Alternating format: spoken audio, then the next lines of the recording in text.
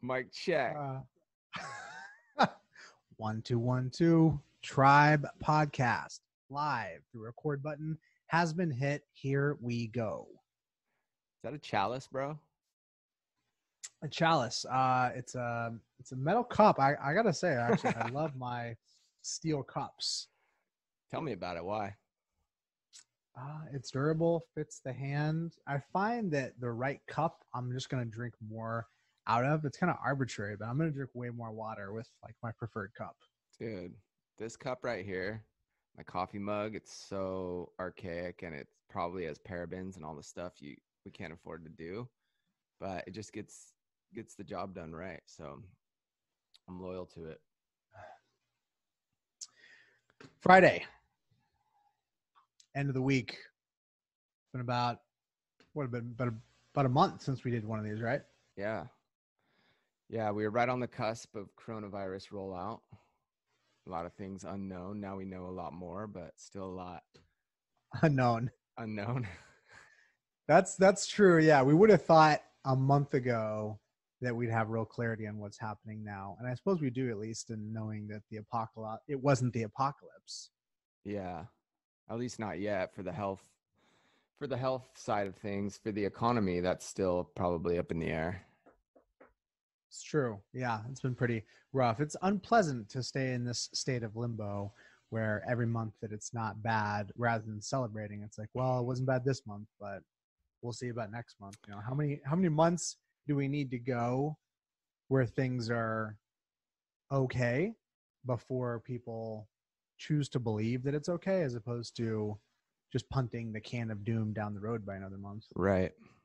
Someone told me it's kind of similar to the stages of grief. And I said, I thought that might be true because I'm kind of in the anger stage now, I guess, where I'm no longer trusting our elected officials and gonna give them to the end of their current deadline till probably May 1st, I think is what it is. And then I'm gonna probably be protesting to get our lives back. Are masks required where you're at? They are, and I'll wear a mask. I mean, the thing is, I think it's easy to keep other people's businesses closed while you get a paycheck. And I say that cautiously because I do know they're doing the best they can. But just psychologically, when it's not your pain, it's not your money. You know, I have friends that businesses are shut down and they're making zero money, not like down 10%, like zero, right? And these loans and everything are great, and these grants, but even these grants, okay, so I can pay my workers for 2.5 months, but I still need customers, which I don't have. So at a certain point, you know, the country was founded on liberty, and that's, you know, being able to live your life without the government infringing upon you. And I think collectively we need to be smart, and this isn't a right-wing conspiracy or anything. It's just like at a certain point we have to ask questions and make sure that the medicine isn't worse than the virus itself. Yeah, I have no idea what the right answer is. That is at the Loggerheads of a very interesting conversation. I'm very empathetic to what you're saying. I don't have studied opinions. The only strong opinion that I carry is that right now, because we didn't deal with this in a way to prevent getting to this point early on, because of the lax policy around preventing it from spreading this far, all we're left with are a series of really poor, undesirable options. Mm-hmm. However, regardless of what's going on out there, the inner game, the inner dialogue, that's where the action's at, man. That's where the juice is at. You know? Yeah, that's all we can control, right? So we come back to ourselves, and you know, that's been a journey for me too. I started out very raw. This is the best opportunity. Get your mind in the game. Now you can tell I'm a little more jaded, and you know, I how did it come up? But someone, man, I can't remember how it came up, but someone pointed, I think it was a conversation with my wife, actually. She's like, it's okay to like be scared, and it's okay to Right. have emotions, and you know, you don't always have to like, in fact, she was telling me like it kind of hurts our relationship when you're just like always positive. And I was like, I thought about that, and it's true. And so it was funny, I told her, like, I was like, well, I am scared. And when I said that, I knew it was true, because I felt this twinge of like in Forrest Gump when he like visits Jenny's grave, and it's like you're about to like cry. I was like I wasn't like about to cry necessarily, but like if You I felt felt it. that twinge up my, you know what I mean? Like Yeah. I said, Yeah. I am scared, and I like got this like visceral feeling. It was kind of weird. Mm. Mm. So that was cathartic, and I shared on some, you know, my email for my music thing and some other stuff about that story, and people really related to it, because I think there's a lot of people out there like us who generally wave the positive flag, and that is being positive is great. But I told my team this, because our number one core value is positivity, that, you know, sometimes just being real is needed. Totally. Yeah. I really appreciated that. That resonated with me when you disclosed that you were struggling and you'd been going through it. And that was freeing and helpful for me to communicate with some other people and just say, hey, this has been really rough. A lot of ups and downs. I've had my moments of panic. I've had my moments of apathy, of euphoria, of entitlement. This is bullshit. I don't deserve this.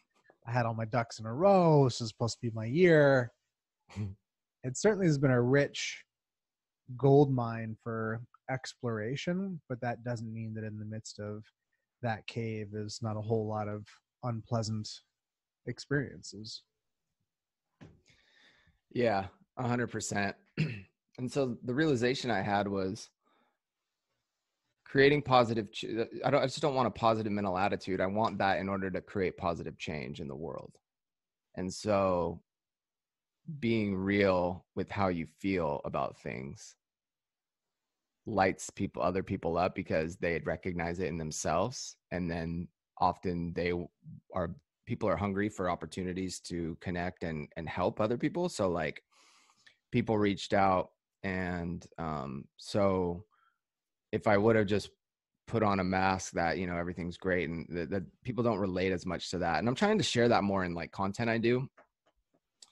You know, not go too far one way, but just try to like, you know, if you only post about like, this is the thing you need to do, and this is how you like improve your life, I don't know. I think there's a lot of that, and people are hungry for more of the like, okay, that stuff's great, but like mix in reality and, you know, Yeah. things that you're struggling with that you're actually embarrassed to be struggling about. Dude. So I know a guy, and my experience of the way that he discloses struggles is in this really packaged, polished way that only shares the problem in the context of it being an experience that was overcome. So it's like some narrative of like this thing that I overcame, and it's really a testimony of my resolve and resiliency, etc., as opposed to sharing when you're in the moment. We don't know what the solution is. It sucks. I'm having a hard time. Haven't worked my way through it. I may have belief and confidence, but I'm not there yet. I think it's really easy for me to experience that as like being a loser or just bitching. Um, and yet everybody's there at some point. So to me, that's a really like a high bar to be willing to share and to be vulnerable in the middle of it, as opposed to only when you feel like when you're out of it. You know what I mean? Yeah. Yeah. I see what you're saying. I think to relate to people too, because I follow certain people that really, I know Aubrey Marcus really shares like everything about his life. I think you turned me on to him. Yeah, man, it's crazy. Um, I don't follow him as much anymore. Honestly, it became kind of a lot. Like I feel like I feel like you can overshare. Like it's too much. TMI, bro. TMI.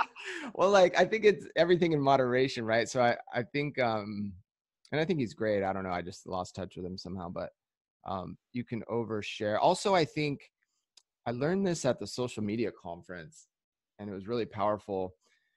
They're always saying, okay, you got to just tell your story.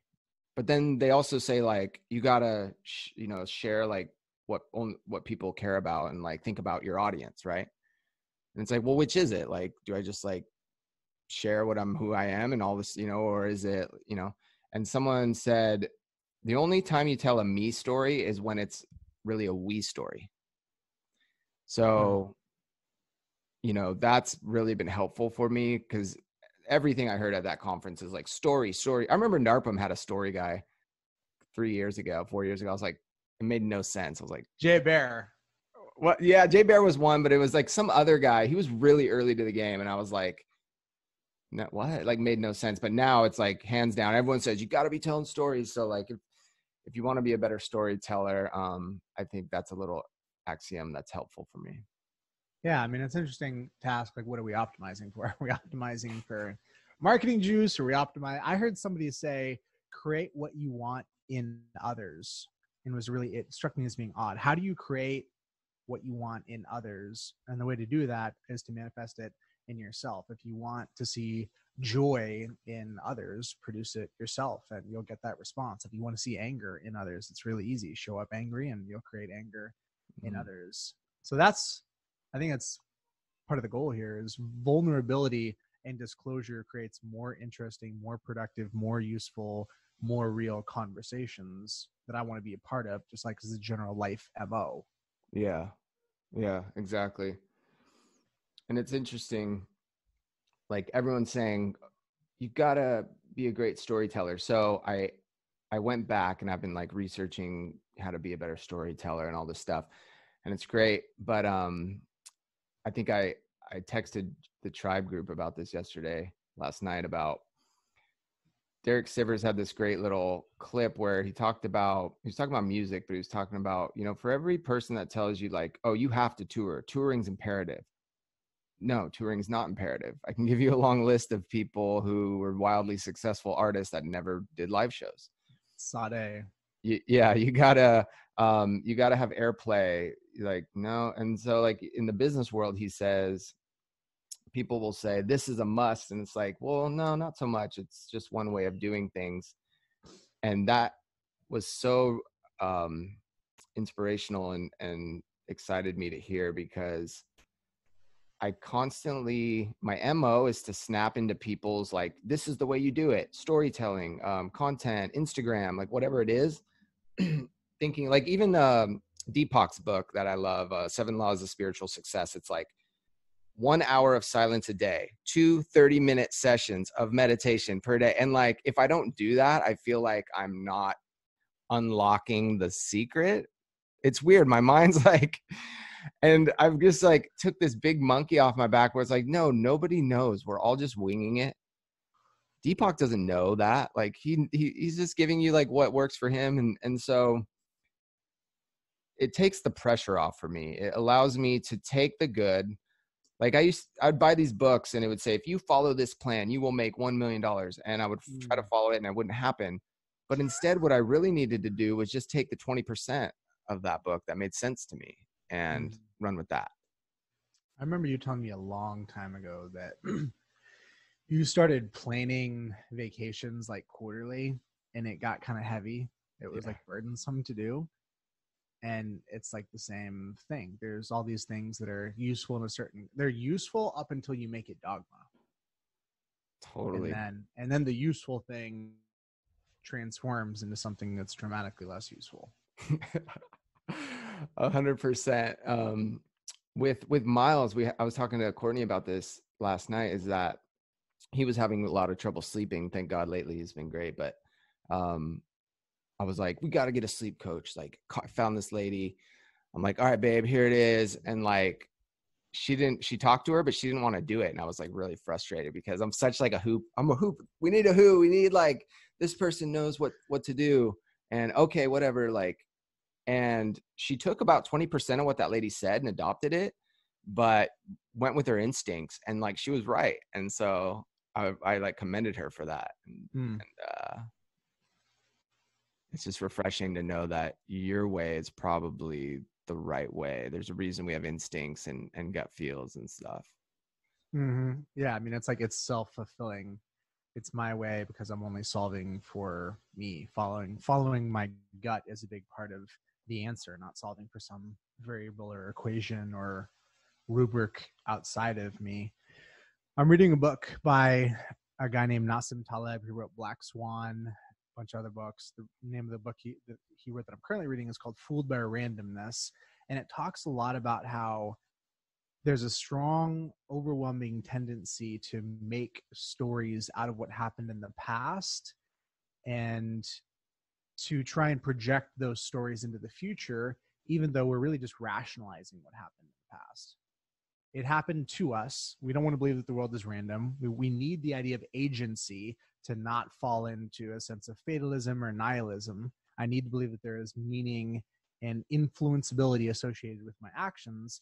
And therefore, when I look at the past, I need a story arc that I believe I can carry with me into the future. Like, Steve, why are you successful? Where does your success come from? If I asked you that, you'd have your list of reasons. I'd have my list of reasons. Everybody would have their list of reasons. Very few people would be like, I don't really know. Seems pretty random. and yet, and there's a lot of stuff I don't understand where I don't fully appreciate. And there's a lot of luck and there's a lot of randomness. And it provides some humility and a hedge against the idea that we have like just massive amounts of control of everything going on around us. Yeah. So does it discourage? Does it say that's bad? Like telling story, having to have a story for everything in your life rather than just kind of things are, or what does it culminate into, the idea? What it culminates into is being deeply skeptical of people's explanations of what's going on around us. Okay. It's like the whole idea with the stock picking industry that it's not useful.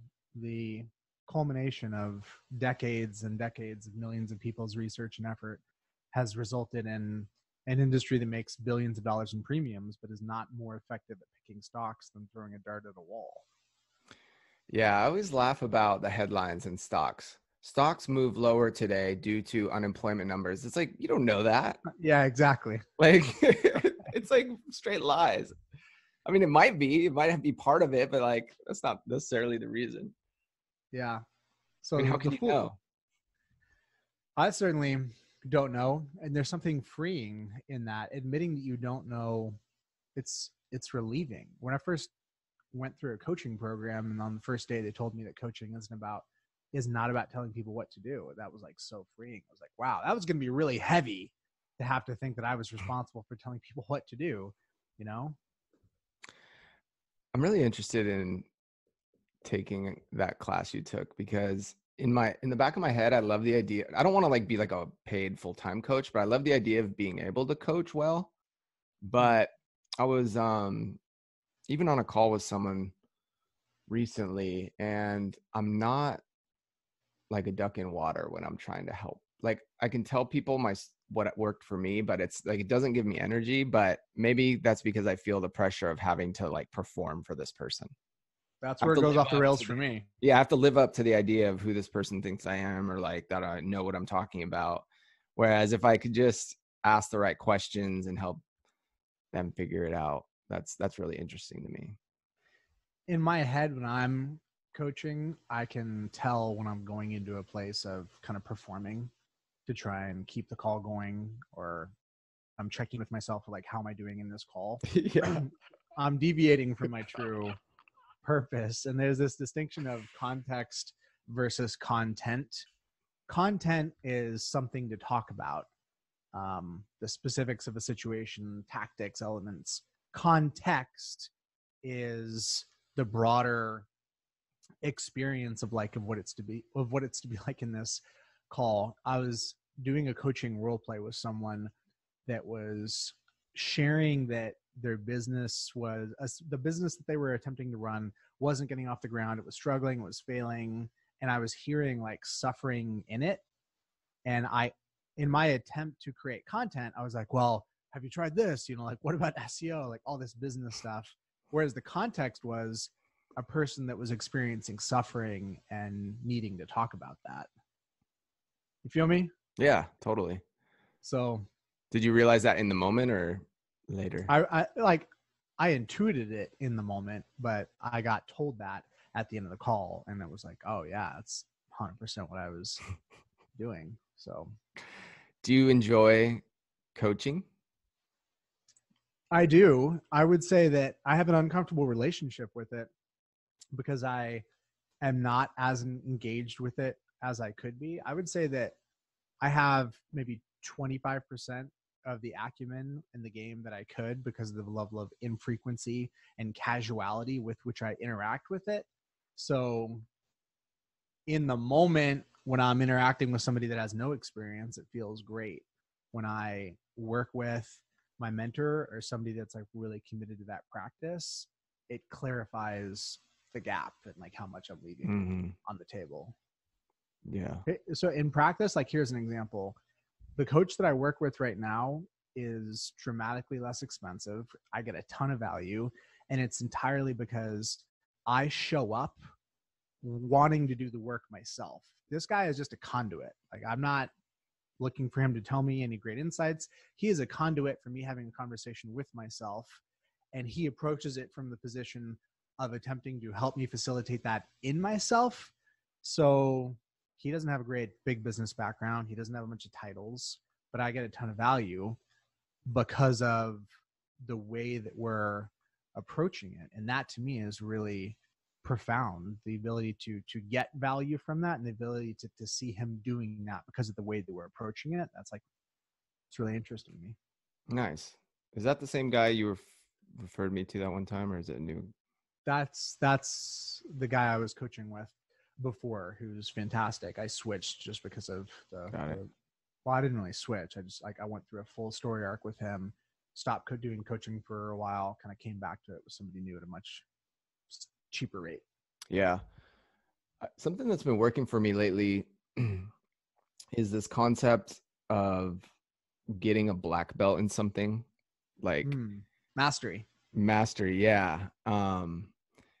And I can't remember where it came from, but it really like fired me up and reignited something that, what am I committed to, like becoming a master and getting a black belt in. And songwriting is one, but marketing is another. And would you have any advice for someone that really wants to get great at marketing or communication? Like what comes to mind for you when I say that? What comes to mind for me is my own journey and realizing that I started to make headway when I allowed it to be art and I allowed my delight in it to be guided by the fact that it was a conduit for creativity.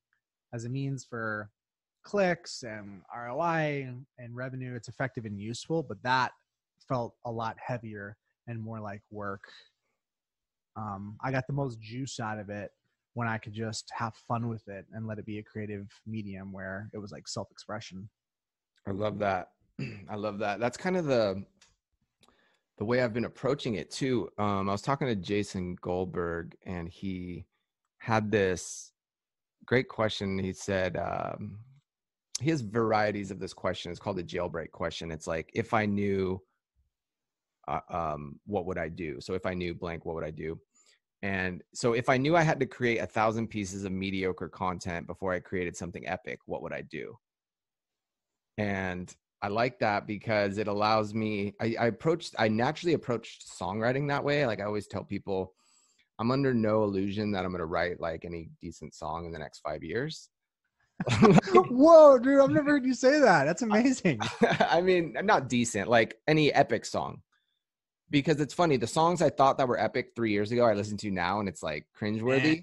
The song, like, so, and what's his name? The redheaded Ed Sheeran. He turned me on to that, where like, he's like, it's like a hose, creativity. Sometimes you got to open it up and just let a bunch of crap flow out. Clear out the valves. Yeah. And someone else was like, yeah, it's kind of like 10,000 hour rule, but like 10,000 hour rule feels real heavy to me. Like it's like a linear time, like sentence. Whereas, if I'm just going to if I got to create 1,000 pieces of mediocre content, I'm just going to create a bunch of mediocre content, I guess. But the thing that is cool is it allows me to have fun, and it just allows me to, so like sometimes I've been struggling with, oh, I'm spending too much time like on Instagram creating content for music. Like, is music ever going to pay the bills? Or like, I'm doing this for Good Life, but we only have 500 followers. Or like, like it's no longer about what happens. It's about this space that I've created for myself for some period of time where I'm just going to have fun and work at my art. It's like rolling around in the dojo and like the jujitsu dojo. Mm-hmm. I don't necessarily get anything out of it other than leaving better than you got there. You know what I mean? Yeah. Yeah. I mean, as you say that, what comes up for me is just thinking about what is the point of anything? What is the importance of having the point of something? When I try and I can make certain things that could be fun and light heavy when it's like, well, what is the point of this? Where is it going? Yeah. And I step back and it's like, well, I'm going to be dead soon. All of this is going to have pretty limited meaning and utility. It's all going to be over soon. I think the point is to be as engaged as I can with the people around me and what is in front of me for as large of a percentage of my life as possible. Yeah, I'm writing that down. That was really well said. I think you nailed it. It's easy to get off that though. It's like, I'm here at my computer. Don't really want to be, but like, I'm going to get this other thing, like eventually this other thing's going to happen, and that's going to make it worth it right now. Yeah. Yeah. There's a documentary called Finding Joe. That's about Joseph Campbell. I didn't really know much about Joseph Campbell, but I recognize. I don't know who that is. Yeah, he's this. I think it was like the 20th century, early 20th century.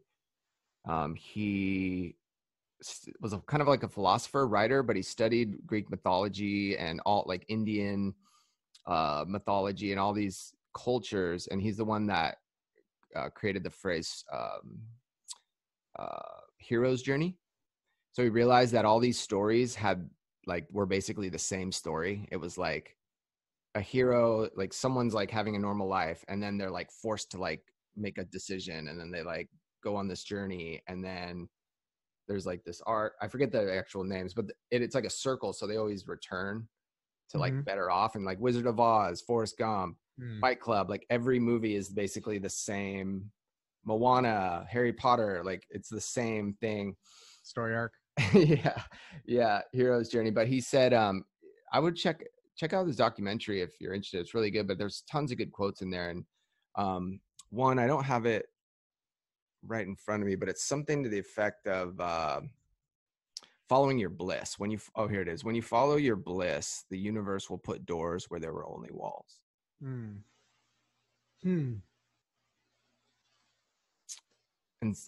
one thing that comes up for me with that in the business world is like, you have to measure your marketing. You have to know what's paying you off. You have to like know your numbers. And I've been so resistant to that. And I'm actually really comfortable with that because, making like videos, for instance, is actually just a lot of fun. Our team like enjoys it. And, maybe if we follow our bliss, it will actually culminate into something bigger that we didn't really understand because we weren't so like fixated on like whether this video paid a return or not.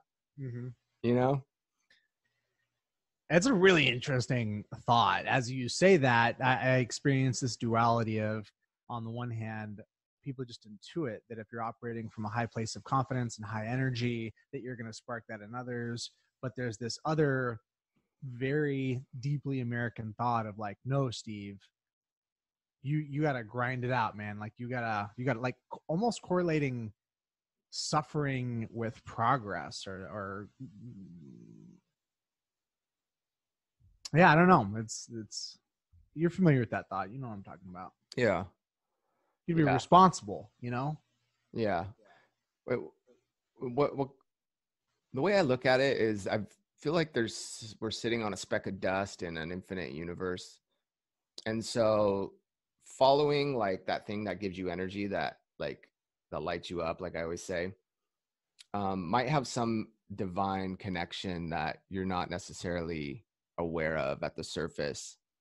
And so there's a lot of value to doing things because you enjoy them, keeping things playful, not doing something that's going to like hurt that, because like you said, is the point's to be as engaged as I can. So with, as I think you said, as many people or the people that are important to you or whatever. But so I think protecting that is super important when we're making decisions.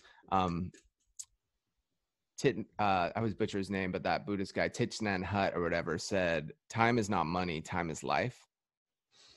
And that's something else that resonates with me.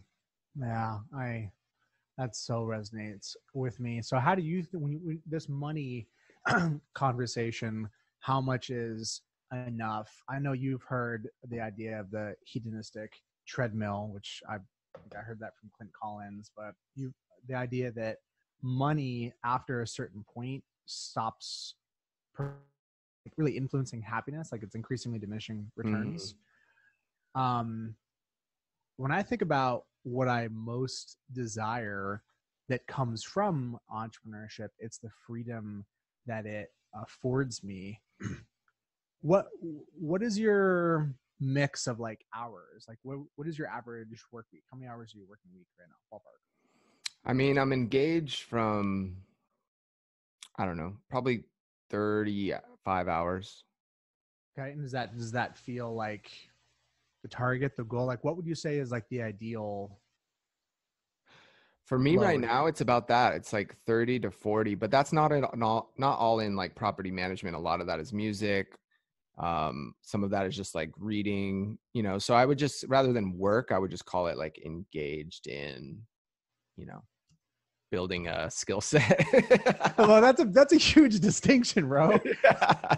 Like I'm talking about like the GOB, Oh, the GOB.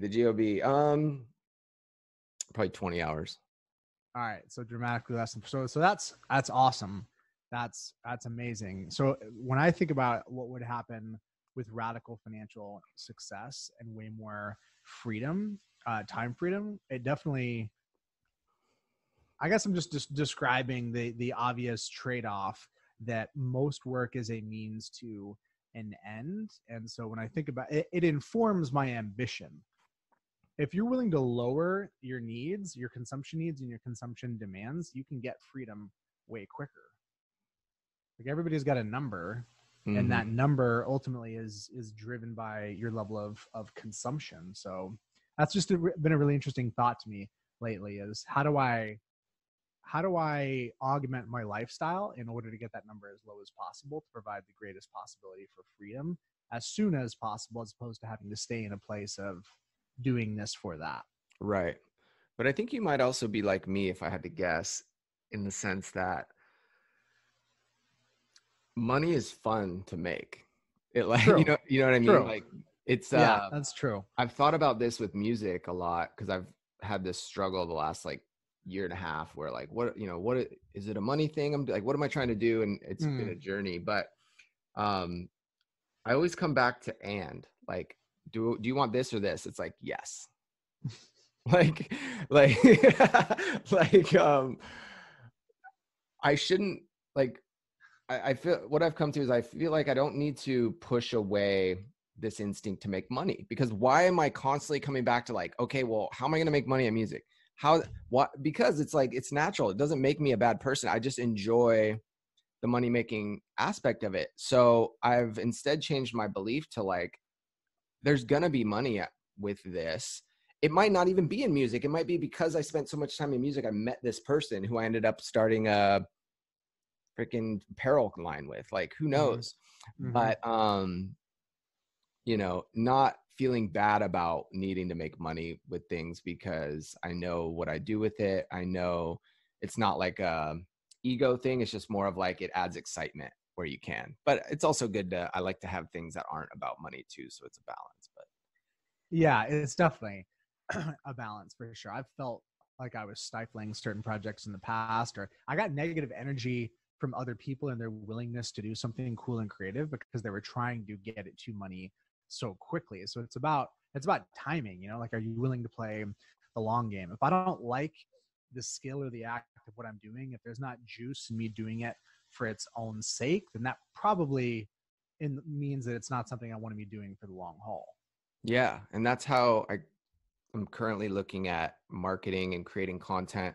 Like, what if I woke up at the end of 5 years and I wasn't making money at music, and maybe content for Good Life didn't really like move the needle as far as like social media or whatever? I would have become such a better marketer by like doing that. You know what I mean? And so It's a fungible skill set. yeah, yeah. And so that's just something, I don't know, I've been thinking about, but yeah. Optionality is something I was having a discussion with buddy about earlier today. Optionality is just having lots of options, and to create a lot of optionality and a lot of possibility, it means you have to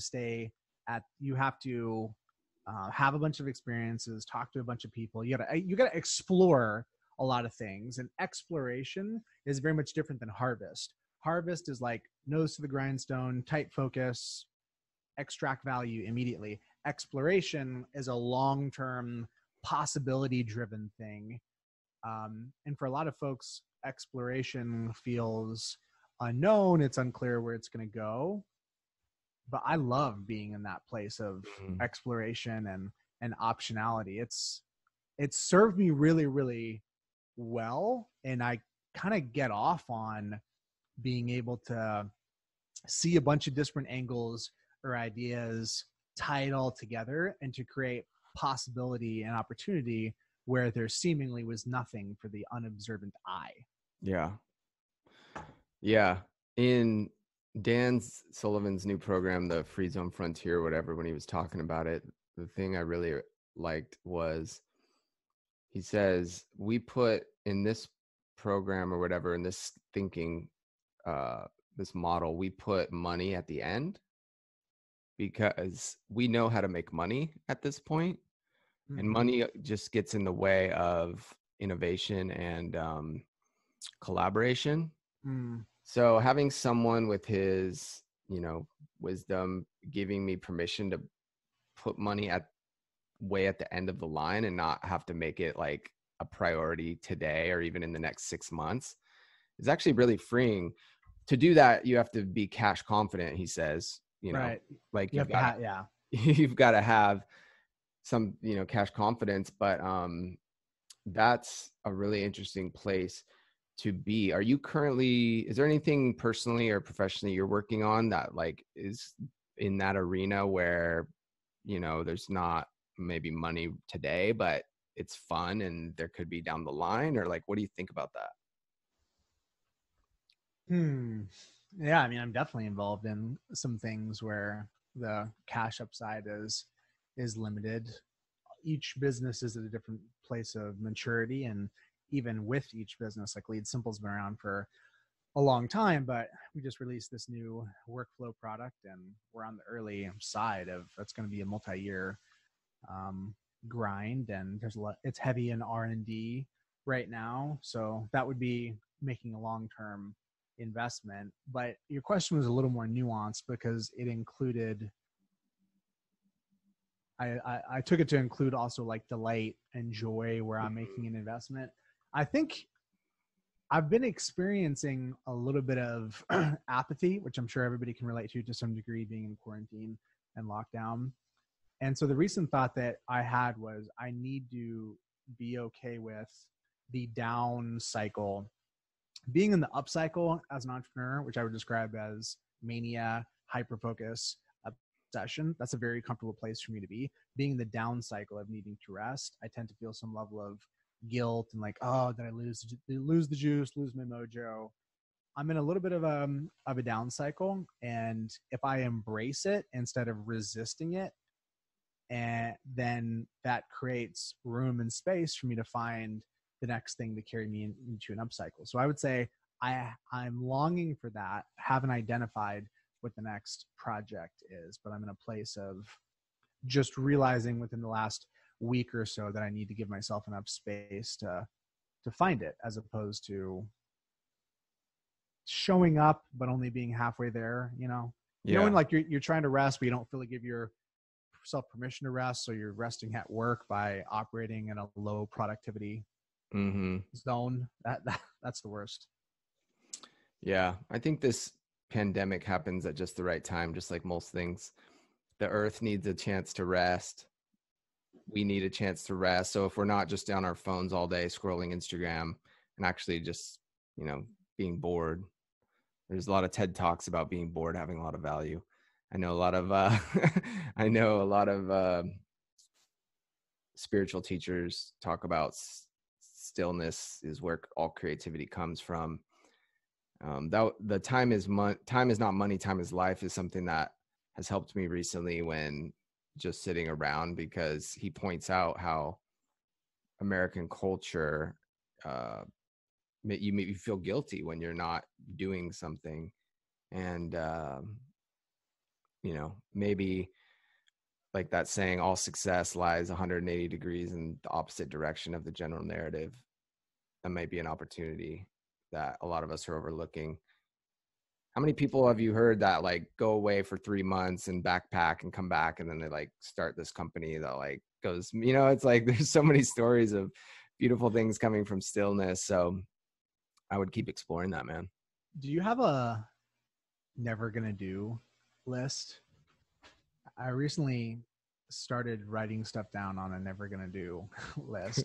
I used to have these lists that would get so long, and some of them would be like long term or next week or next month, and it just kept getting longer and longer. And I finally added a never gonna do list. And on my never gonna do list, I write down good ideas, good solid ideas that I'm just never gonna do. But the act of writing it down is kind of cathartic. It's like, all right, baby, got that one out of the system. You know, it's not on my to-do list because that's where I like feel some level of burden. It's documented, but I'm not needing to pretend like I'm going to do it. So what's the qualifying factors? Is it like you just instinctually know, like, no, this sounds nice to me, but I'm never going to do it? Or is it like, keep me away from this because I'm protecting something about myself? Or it's probably more the former. It's like, this is a good idea. Someone should do it. It could also be the someone should do this list. Yeah. You know? Yeah.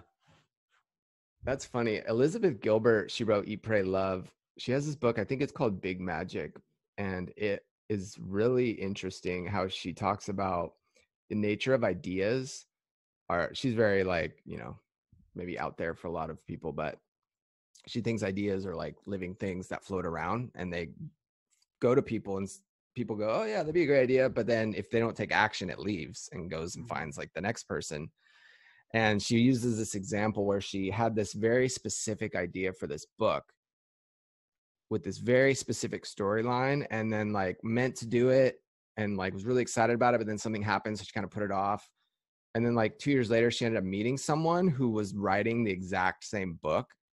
Like really weird. Like it wasn't just like it was a really specific plot line.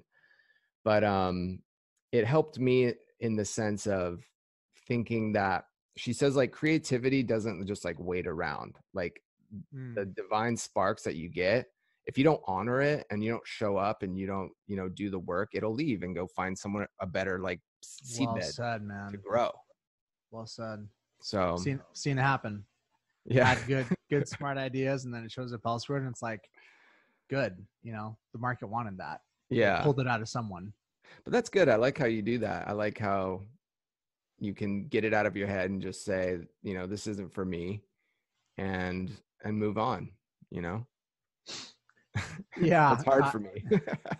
I mean, I found myself in situations with other entrepreneurs where, like business partners, where my partner would not be comfortable with us saying we're going to procrastinate on this or stall on this thing or not doing anything or have inaction. Like as an official policy, that would be unacceptable, even though in practice, we weren't going to do jack squat. We were just going to procrastinate on this thing. So I think that's what sparked the initial thought, was if you just frame it as like, oh, well, let's come back to this, knowing that we're never going to come back to it. Like that's just a convenient way.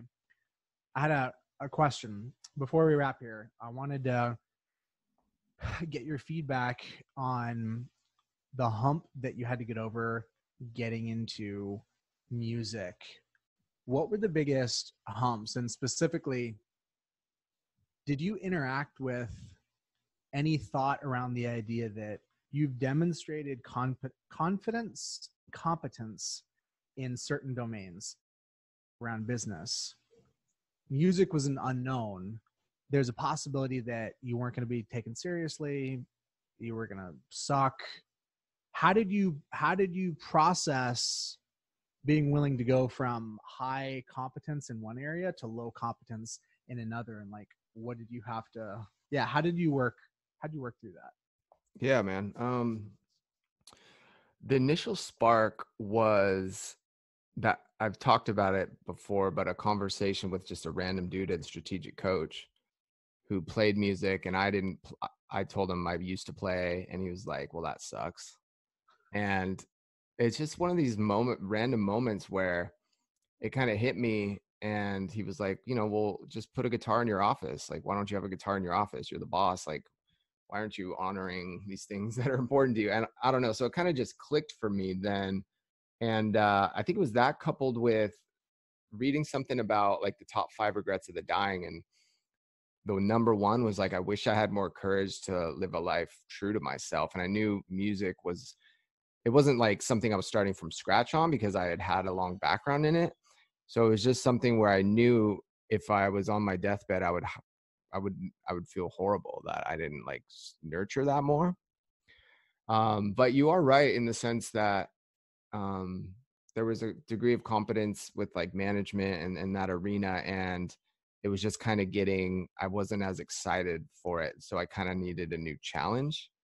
And so I started small. I started really small, and it was like a slog over time. And I remember 6 months in or something, I had fairly successful songwriter in Sandy, not super successful, but she was pretty decent, known, come over to do a writing session. And I was scared shitless because I didn't know like if I was gonna be able to, like, she'd be like, what are you doing? And we actually wrote a really good song, and that just like sent my confidence through the roof because I was like, I have it. So does that give you some insight? Yeah. So I think the takeaway for me there is that you didn't make it a huge cliff. Like it wasn't like you got on YouTube and you're like, 12 months from now, I'm going to be a touring artist. Like you basically lowered the bar by just easing into it. Yeah. Easing into it, I really love Steve Chandler's, he's this coach. He talks about nonlinear time management, like just doing things now. Like it helps keep you centered. It's kind of like spark speed. So I have this posted on my computer. I always change these things out, but the current one, it says Time Warrior acts now, because it's either now or never, or it has a specific place on my calendar in the future. Like we're constantly putting these little things off till later. And so just acting now, even if it's picking up the guitar for 1 minute or 30 seconds, it's like there's something we all have in our heads that we'd love to do. And we just like, oh, I should do push-ups every day. It's like, do a push-up right now. Just do a push-up and get into motion. And like the activity of that will help build confidence. And so, slowly over time, if I picked up the guitar, I can tell people then I'm a guitar player because I played today. For the first like 3 months, I was playing literally 1 minute. I would pick it up for like 1 minute. Yeah, that was the thing. Are you serious? Yeah, seriously. He was like, even if you pick it up for 1 minute, just pick it up. And I'm such a believer. I always sing the praises for the idea of micro habits, because it's slowly built into a bigger and bigger thing. When you get used to playing a minute, then 2 minutes isn't much more. And then 5 minutes isn't much more. And same thing with push-ups or anything else in life. So that's a strategy for people that are trying to get into something. Oh my goodness. Wow. You just blew my mind. You're being serious. For the first 3 months, you only played for a minute. Yeah. That's not hyperbolic. No. My goodness, that is ridiculous. Wow. Dude, that's like so light, bro. Yeah. That's like I could be like on my way to the Olympics by just sprinting for 60 seconds for the next 6 months. That's freeing. That's exactly what I was looking for. That's really light. Good, man. It's the compound effect. I read that book once, but it was okay or whatever, but I came across it. I've been watching I think it's called Productivity Game or something. It's on YouTube. It's the best channel. I shared it with you guys once. It summarizes books. So like, you don't even need to read all these books that you want to read. Just watch the 10-minute YouTube video. And then if you like really are interested, then you can like read it after. But so it highlighted the compound effect, and I was just kind of bored, and I was like watching it because I'm not even interested in the compound effects. I've read it and it wasn't that great, but it had like a life-changing insight from it. It like reminded me that small, unsexy decisions made consistently over time is what creates greatness. And like, you know, and it like highlights this story about like, would you rather have 10,000 now or like $1? Anyway, it's like the compound effect. So like, just the consistency of picking up the guitar for 30 seconds easily built into a minute. And after 6 months, it's unnoticeable. After 12 months, it's unnoticeable. After 2 years, you don't. And that's when everybody gives up. 3 years, you're still not great. 4 years. And then it's like year 6, 7, and 8, you're starting to get the interviews, and like, it's, oh, well, how'd you become an overnight success? It's like, I made these small and sexy decisions every day over a long period of time. And the thing I love that works with me and doesn't feel heavy in this regard is I don't need to write 3 hours a day. I'm not going to like make this a slog. If I just write, even if it's 1 minute, I'm still in the game, and I can play the next game. I can live to fight another day. And if I totally screw up and I don't do it, okay, then I'm going to restart tomorrow. But it's the chain, it's the consistency. That's where the magic happens. That's beautiful, man. I needed to hear that. Good, man. Glad it helps. Well, I love I take great joy in being mentored by the obvious, and particularly things I've heard like 10 plus times. Yeah. Like when I can like really like have a moment and be mentored by hearing something for like the 11th time, it's like, yeah, man. Cause the good, like that's the juice, the real truth. It's not changing, you know, like it's the same. It's been true for the last 1,000 years. Compound, little actions, little steps. So listeners at home, what does that mean for you? I don't know. I have no idea. But for me, that means that my ass needs to do a couple push-ups and take some steps on some of the things I've been brainstorming, some of the big ideas that give me joy that I've been resisting or holding back from because it's not going to make money. It's not responsible. It's not even legitimate work. But it's just 60 seconds a day, man. You really lowered the bar. Thank you. Cool, man. Glad it helps, and good to talk to you. Take care. Let's do it again next month, I guess, huh? Stay safe out there. All right, you too, brother.